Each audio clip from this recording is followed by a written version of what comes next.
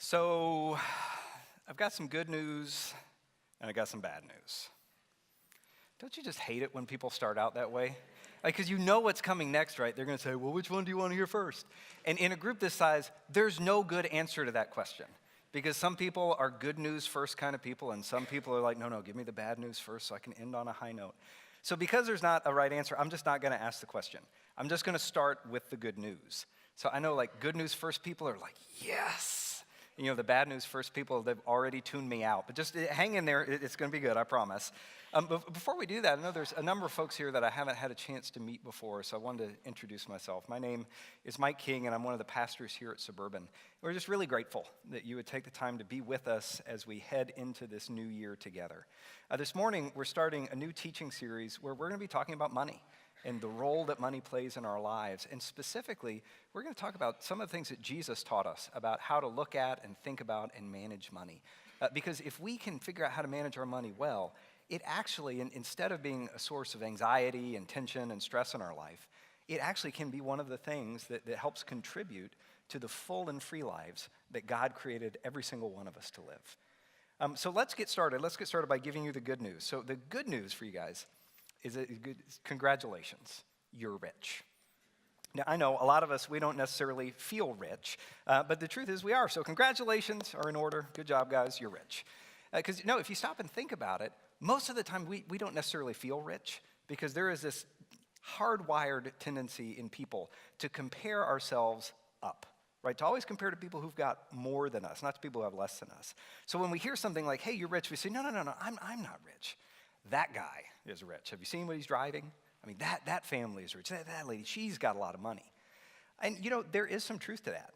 Because no matter how wealthy we may be in this room, there are definitely people in this world that make more money than us, right? In fact, here's an interesting statistic. This was true as of 2015. But in 2015, the 62 wealthiest individual people in the world had as much money as the poorest 3.6 billion people in the world combined. I mean, just stop and think about that for a minute, okay? Less than 100 people on Earth have as much money as half of the world's population. So yeah, you think about those 62 people. They are rich, not compared to, we're not rich, it's them. It's them. So inevitably, what we tend to do when we think about what we have is we look at people who've got more than us, and then we look back at what we do have, and we think, well, I really don't have all that much. But here's the thing. We actually are rich. In fact, if you think about it, it really depends on how you're comparing yourself and who you're comparing yourself to. So think for a second about somebody like Bill Gates, right? Bill Gates, definitely in the top 62 people in the world as far as income. For a long time, he was the wealthiest person in the world. So Bill Gates now is really well known for his generosity and his philanthropy. He's always traveling around the world and looking for ways to give his money away.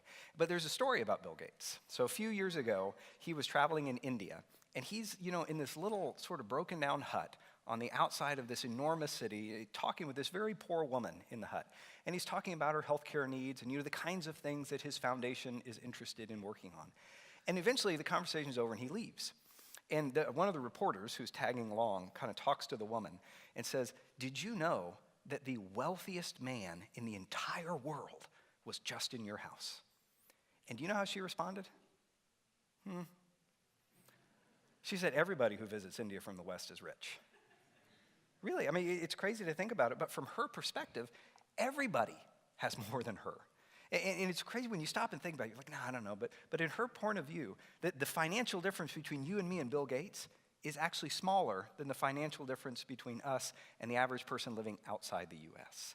And when you stop and think about it, there's really some truth to that. So I want to ask you guys a series of questions. And you don't have to raise your hand or anything, but these are just some questions to help us think about where we fit in on the sort of the global scale of what we've got. So first question, how many of you in your family, you own a car? Okay, a lot of us do, because I didn't see anybody walking in this morning. Right, so if you own a car, you're rich. Congratulations. Only about 9% of people in the world own a car. So if you've got a car, you're in the top 10% of people in the world. And a lot of us, we got more than one car, right? So we're even farther up on the scale. Congratulations, we're rich. Or think about this. If I were to offer you a job that paid $40,000 a year, would you consider that a good thing? Now, some, like my 11-year-olds would be like, that would be amazing. If you're in college, you're like, I'd like any job at all. But for most of us, that would actually be a step back. The last time I could find some number, in 2017, the median income in America was around $57,000. So for most people in this country, $40,000 job would be a step in the wrong direction. If you make 40 grand a year, you're in the top 5% of wage earners in the world. Right, 95% of the people in the world would love to have a job that makes $40,000 a year. It would be a real step in the right direction for them. But the wealth, the signs of the wealth that we have, it's not just in the cars that we have and the salary that we have. It shows up in sort of the intangible things in our life as well. So think about this. How many of you can read the words that are up there on the screen? I'm guessing just about everybody. And one of the reasons that you can read the words on the screen is that you have had access to time to invest in learning how to read. You've had access to teachers and education and an entire infrastructure that has helped to educate you. If you can read, congratulations, you're rich. Or think about it in terms of something as basic as clean water. We take that for granted, but it is amazing how many people in the world don't have access to clean water. So here's what I think about that. How many of you have ever seen this picture before? So this is a picture that was going around the internet a while ago. It's a picture of this little kid in Africa, and there's a Western aid worker there. And the expression on his face is just priceless, right? It makes you wonder, what did she just tell him? Because he's like, yeah, I don't know about that.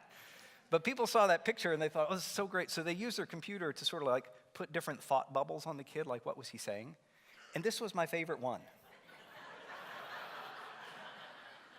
I mean, really, it's maybe a little crass, but just think about it in those terms. People around this world are dying every day because they don't have access to clean water.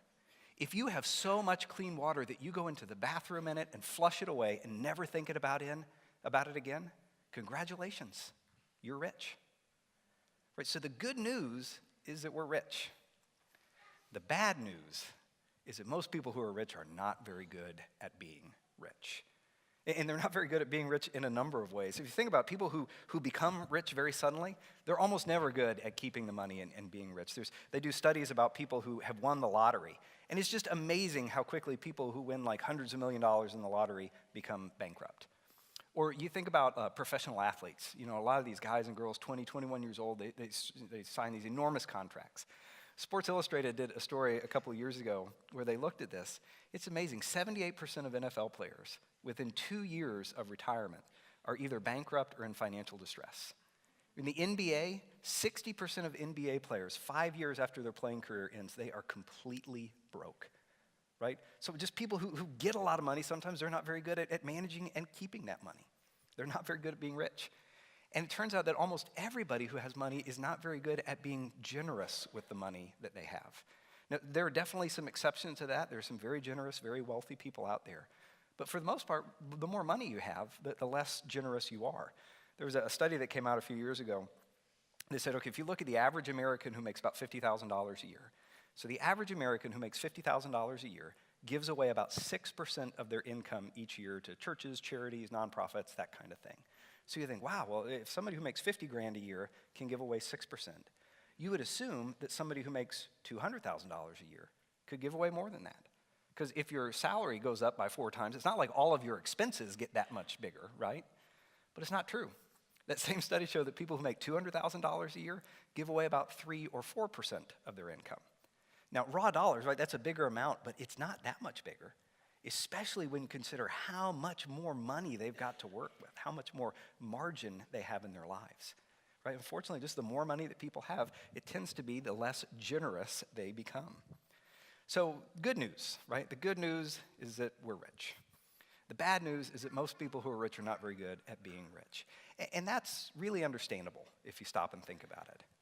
Because everything in our world is designed to encourage us to get rich, right? Get rich quick, especially. But there's very, very little in our world that is designed to help people who are rich to figure out how to be good at being rich, to actually know how do you manage your money in a way that it's really actually helpful to your life and helpful to other people. And that's really the point of this whole series, right? This series that we're talking about for the next 3 weeks, it's really designed to help people figure out what it looks like to be rich well. And again, because of our faith convictions, this series is really based on the teachings of Jesus Christ. right? Because we believe that Jesus came so that every single person can live the full and the free life that he created them to live.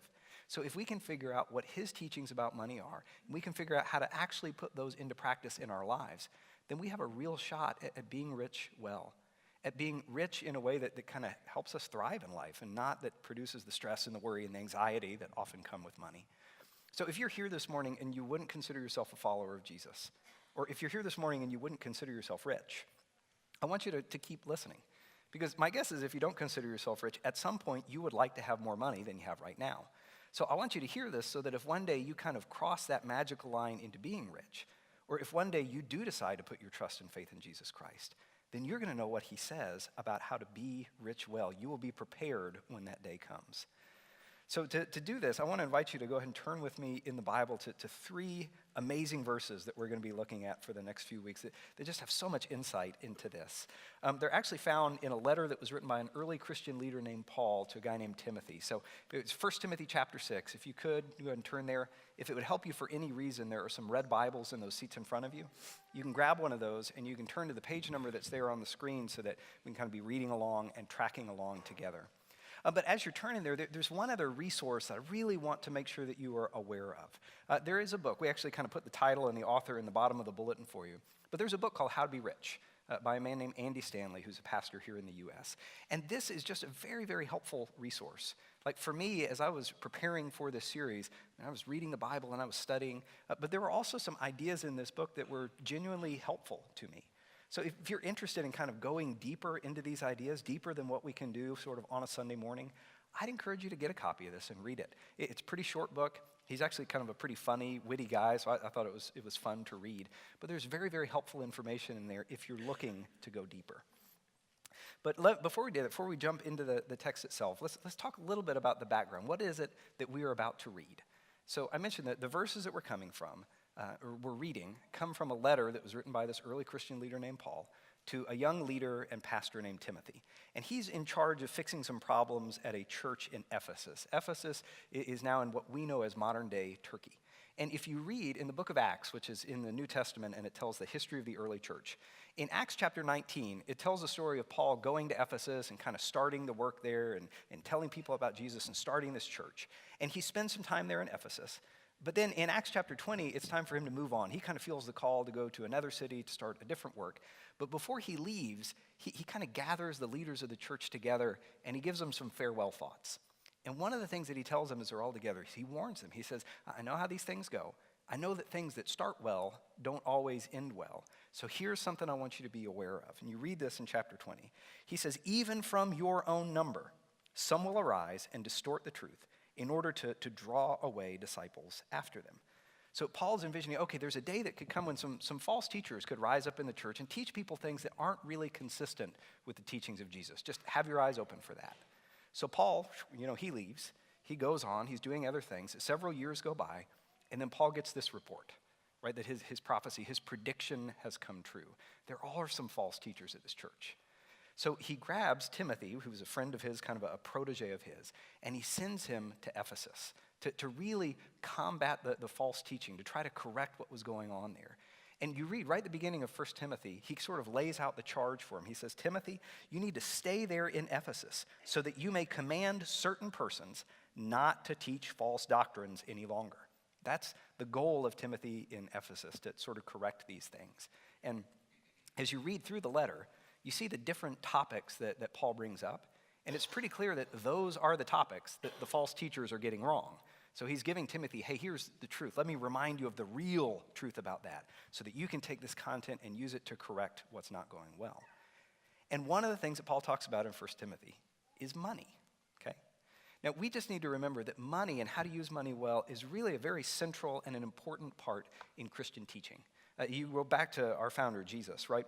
So you guys may not know this. You think about the things that Jesus is associated with.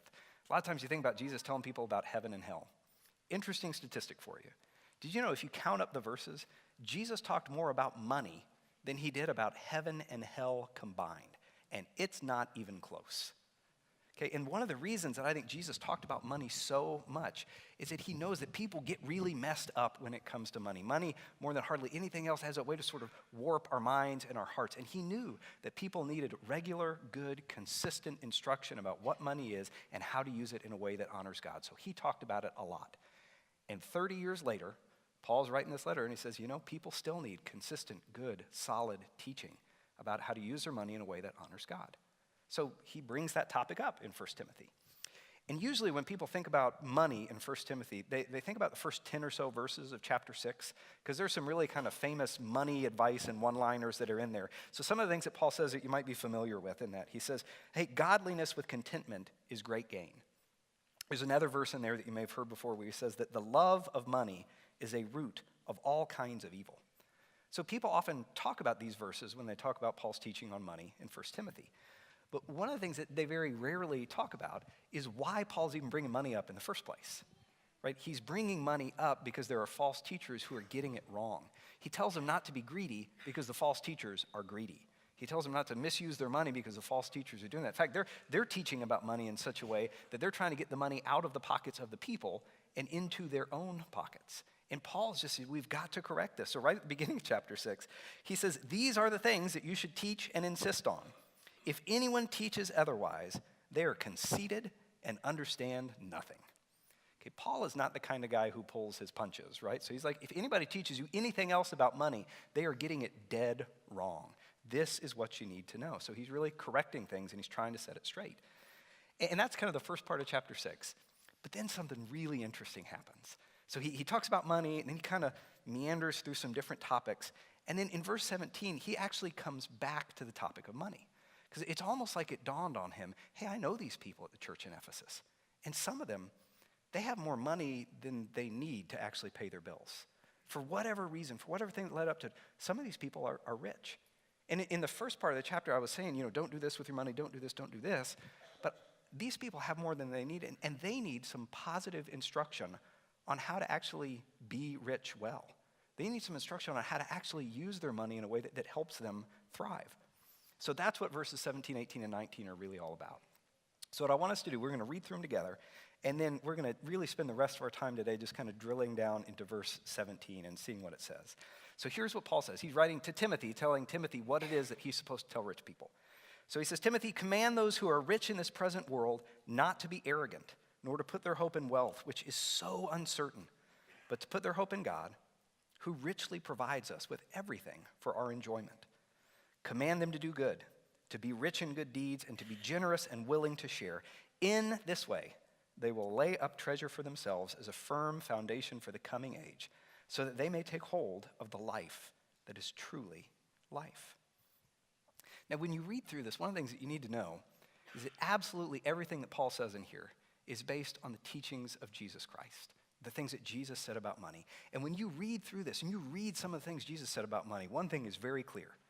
It is totally different than the way that other people were talking about money. And it's very, very different than the way that most people talk about and think about money today. Jesus' teaching about money was revolutionary.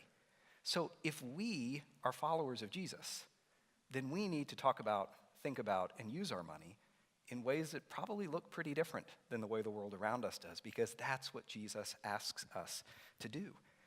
But the reason for that, the reason that we're supposed to do this differently is not, it's really laid out at the end of that passage. He says, if you can do all these things, that's how you can take hold of the life that is truly life.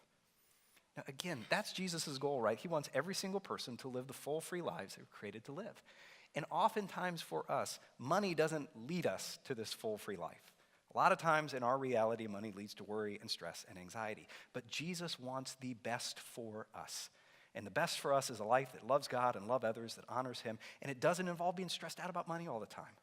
It involves figuring out how to use your money in such a way that it actually contributes to a better life, better quality of life, the full and free life that he created every single one of us to live. So that's what we're going to talk about in this series for the next 3 weeks. What are the really practical things that we can do to be rich well? What are the things that are rooted in the teachings of Jesus that if we put them into practice in our financial life will actually make our lives better? Will actually be more like the lives he created us to live. So that's what we're going to do. And we're going to start this morning just looking at verse 17. So let's go ahead and read that again.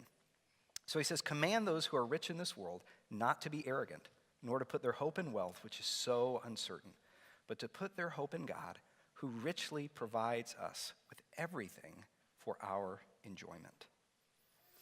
You know, it's interesting. The good news, right, is that we're rich. And the bad news is that we're not necessarily good at being rich. But as Paul points out here, there's kind of like an additional piece of bad news, which is that there are some dangers that come with being rich. There are a lot of benefits and blessings that come with it too, but there are some unique dangers that come when you have access to more money than you actually need. And one of the things that he points out here, very first off, he tells them, tell those people who happen to be rich not to be arrogant. Like for Paul, he just knows there is something about the human heart that when it comes to money, when it comes to having money, we all tend to peg our self-worth to our net worth. Right? For those of us, if we've got money, we get a little bit more in the bank account. It's just this natural drift of the human heart is that we kind of start, hey, yeah, I got a pretty good balance. Maybe I've really got it going on. You know, we tend to think about ourselves a little bit more than we should. We tend to sort of show it off a little bit more. And now not all rich people are like this. We probably all know wealthy people who are very generous and are very humble. But Paul just says this is a danger. This is just a danger that all people experience when it comes to money. So we just got to name it. Say this is out there. If you've got money, you need to be aware of this. Don't be arrogant. But then he goes on and he moves on to another topic that I have found to be much more personally challenging. This is kind of more where the rubber meets the road for me. So after he tells them not to be arrogant, he says something really interesting. He says, you know, tell people who are wealthy not to put their hope in wealth, which is so uncertain, but to put their hope in God, who richly provides. Right? Don't put your hope in wealth because it's so uncertain. Instead, put your hope in God, who richly provides. Andy Stanley, who I mentioned earlier, who wrote that book, when he talks about this passage, he says that one of the dangers that comes with wealth is that kind of without us realizing it's going on, wealth can lead us to undergo what he calls a migration of hope. Right? Wealth has a way of sort of sneaking into our minds and our hearts, and without even realizing what's going on, we sort of shift from a place where we're putting our hope and our trust in God as the one who provides for us and the one who cares for us, and we just start to begin to trust in our own ability to take care of ourselves. We look around at the things that we have and the bank account that we have and the earning potential we have, the education we have, and we begin to sort of mentally fall into this trap of thinking, you know, I can go ahead and I can take care of myself. But as he says, it's just not wise to do that because wealth is uncertain. He says, don't put your hope in wealth because it is so uncertain. And when I think about wealth being uncertain, do you know what I think about? I think about the stock market. Okay? If you follow the stock market at all, it has just been bonkers for the last couple of months, right? I mean, you know, these huge swings up and down because of this headline or the Fed chair said this or maybe they'll fire the Fed chair. And, you know, it's just not so like if you've got money in an IRA and you're checking that balance every day, you have not had a very enjoyable December and January so far, right? Because you can't trust it. It's not like it's going to be there. And Paul says, look, that's just what you need to know. It's just fundamentally true. The wealth is not going to protect you. And yet when you have a lot, there's just something naturally inside us that thinks, well, maybe I can.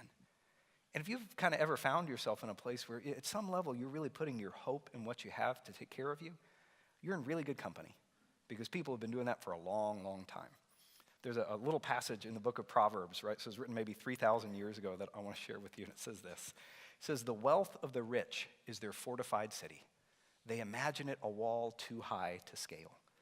So back in those days, right, if you lived in a city, the wall was your main line of defense. You know, if the invading army is coming, you just sort of lock the gate to the city and you retreat behind the wall. And if you've got a wall that's big enough and thick enough and tall enough, you're really sitting pretty, right? There's nobody that's going to be able to come in and do that. And the thing is, when people have money, like what the author of Proverbs is describing, is that when people have riches, they use it to sort of build a little wall around themselves. Say, I'm just going to be here in my own little fortified city, and I've got my wall, and the world and all its uncertainties and all that might go wrong, I can keep those at bay because of my stuff and because of what I've got. Wealth gives you the illusion of control in this world. But that's the thing, right? You can't trust in wealth because control really is an illusion in a lot of ways. Just an example of that, we over the New Year's holiday, we were up in the mountains near St. Anne Pass sledding with some friends. And kind of near the end of the morning, as we're getting cold, we're winding it up. I'm standing there, and this lady, she's, 45 years old, something like that. She's on an inner tube. She starts sledding down the hill, and she is flying. So she is zooming. She's probably having just like the greatest thrill of her life.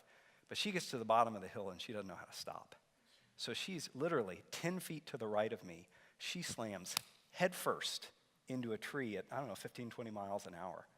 So, you stop and you go over and there's blood all over the place in the snow. And luckily there's some guy there who's a doctor, like, hey, is there a doctor in the place? So this guy comes over and he's working with her. And, she starts telling him, I can't feel my legs. And, I don't know, is she paralyzed? Is she just cold? Is she just scared? I don't know what's going on. And you know what the only thing was that I could do in that situation? Pray, right? God, I don't have any control over this woman's health or the world, but you made it all, so I just trust you to do something. Do you know what I didn't do? I didn't say, hey, God, I know I could pray to you about this, but I have a first aid kit in the car that I was able to buy with my own money. And a few years ago, I was able to pay for a CPR course. So if you've got other things to worry about now, I think I'm pretty good. I've got this. No, health crises like that reminds us we just don't have as much control over our lives and our world as we think we do. Money's not going to keep us out of the hospital. You know what else reminds us of that? Relationships. Right? You can have all the money in the world and your marriage can fall apart. You can have all the money in the world and that is not a guarantee that your adult children are going to make good choices when they grow up. Control is an illusion. And wealth kind of makes you think, okay, there's more that I can do to take control and build my little fortified wall here and I am good to go. Paul says, Jesus says, he says, don't put your hope in that because it is not going to last. But then thank God he gives us an alternative. He says, if you're not supposed to put your hope in riches, what can you trust? And he says, don't put your trust in riches, but trust in the God who richly provides. Right? Don't trust in your stuff. Trust in the God who provided you with that stuff. That's the big idea that I want you to take away from this day. It's kind of the central point he's making here in verse 17. And this is the idea that we are going to build on for the next couple of weeks as we go through this series. Because really the key to learning how to be rich well starts with understanding how much trust can you really put in the stuff that you have. Where do you ultimately put your trust for provision and care? You do not put your trust in riches. If you do, it's not wise because riches are so uncertain. Right? Instead, Paul and Jesus would say, don't put your trust in riches. Put your trust in the God who richly provides. Let me give you an example of why I think that is a good way to live. So what I want to do, just think about your life right now. What's going on in your life, your situation. And I'm going to put two different statements on the screen. And then I just want you to sort of gauge what your response is. Now, I'm not sure that either of these statements are true. I don't think they are. But if they were true, which one of these two statements would cause you more tension and worry and anxiety? Okay? Statement number one, there is no God. Okay? There's no God. Statement number two, you have no money. You have no money. Now, I know we're in church, so we all know that the right answer to that question is, oh, it's because there's no God. And I'm sure for most of us, most of the time, that really is true. But my guess is that for some of us in this room, when that line flashed up that said, you have no money, there was a little part of you that was like, Because when we stop and think about it, for most of us, we sure hope that meeting God is still a long way off.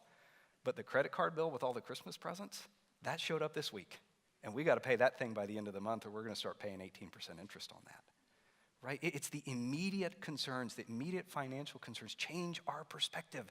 And that's what kind of makes us think, okay, what are we doing? But now what I want to do is I want us to look at those two statements again, but I want you to imagine yourself in a different scenario, okay? And then think, okay, which of these is going to cause you more tension? So imagine it's the end of your life. You're in the hospital, you're in hospice care. The chaplain's already been there, the doctor has come in and said, you got a couple of hours left. Which of these statements now, if it were true, is going to cause you more anxiety? Right? I can tell you as a pastor, part of what I do in my job, right, I've had the privilege of being with people as they approach the end of their life. It's the top one that they're asking questions about, they're worrying about. Is there really a God out there who's going to provide an eternity for me? Has he really forgiven me for the stuff that I've done? Does he really love me? I have never, in 15 years of being a pastor, showed up in a hospital room as someone is about to die and heard them say, I'm just not sure I've got enough in the account to pay the cable bill.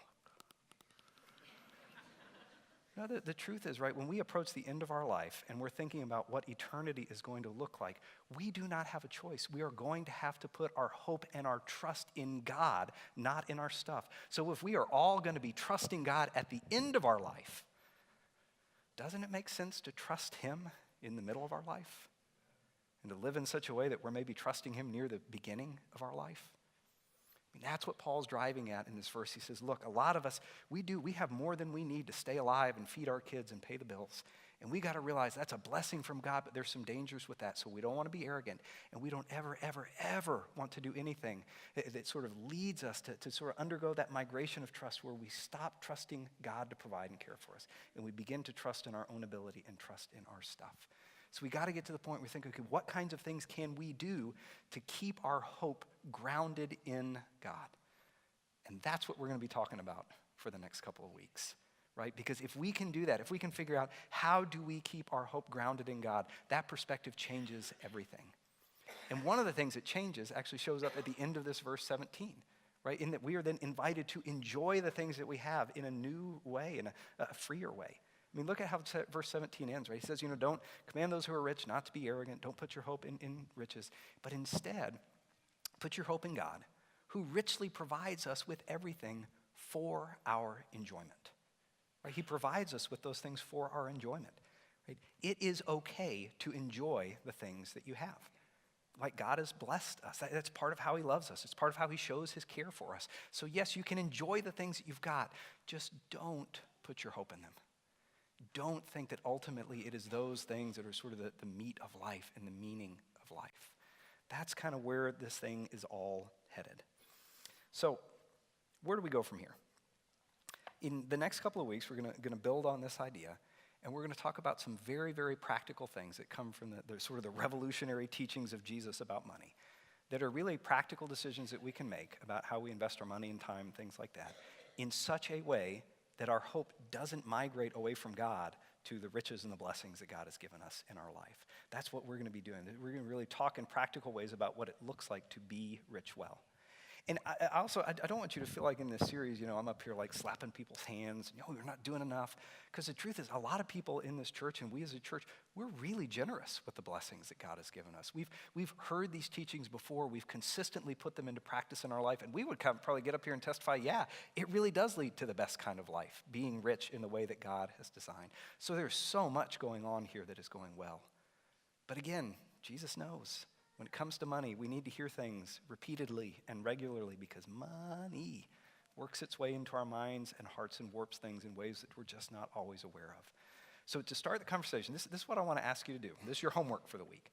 I want to ask every single person in this room to set aside a little bit of time and just do one exercise.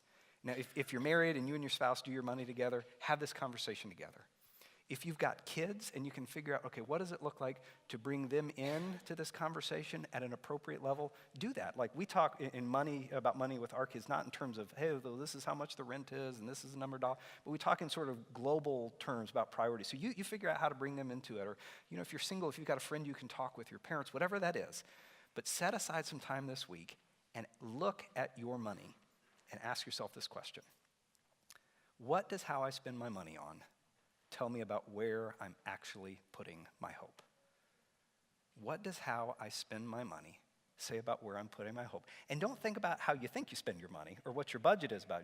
Look at your actual expenses. Look at where it's actually going and say, okay, this is the reality for the last 6 months. What does how I've spent my money tell me about where I'm putting my hope? And then once you do that, I want you to come back. Because for the next couple of weeks, we're going to talk, okay, that's the reality where we are. We each have to figure that out for ourselves. And then we'll say, okay, what are some really practical things that we can do to put the teachings of Jesus into practice in our lives so that we can be rich, so that money cannot be a drain and a sense of worry for us, but can lead to the full and free life we're created to live.